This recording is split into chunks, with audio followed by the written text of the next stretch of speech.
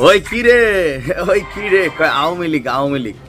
দেখেন যে আওয়ামী লীগকে নিয়ে প্রতিদিন মানে মুখে ফেনা তুলে ফেলা হয় সার্জিসের বক্তব্যে, হাসনাতের বক্তব্যে, যে আওয়ামী লীগ আগের মতন জীবনযাপন করছে, অনেক কিছু।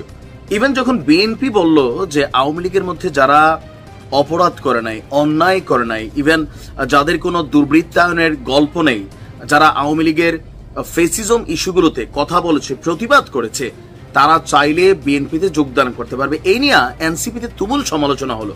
কিন্তু সবার আগে আমরা দেখলাম এই আওয়ামী লীগকে নিয়ে এক ধরনের কারাকারি হচ্ছে। আবার এই আওয়ামী লীগকে সবার আগে এনসিপিতেই তারা নিজেরা নিয়ে জায়গা দিয়েছে প্রায় 2 শতাধিক আওয়ামী লীগের নেতাকর্মীকে। মানে বুঝলাম না যে আসলে খেলাটা কোথায়। মানে জনগণকে একটা বুঝায় তলে তলে যার যার মতো যেদিক দিয়ে ফয়দা ওইদিকে হচ্ছে। ঘটনার প্রেক্ষাপট হচ্ছে মাদারীপুরে। আপনারা একটা ছবি দেখতে পাচ্ছেন দর্শক, মাদারীপুরে আওয়ামী লীগ নেতা এবং সাবেক পৌর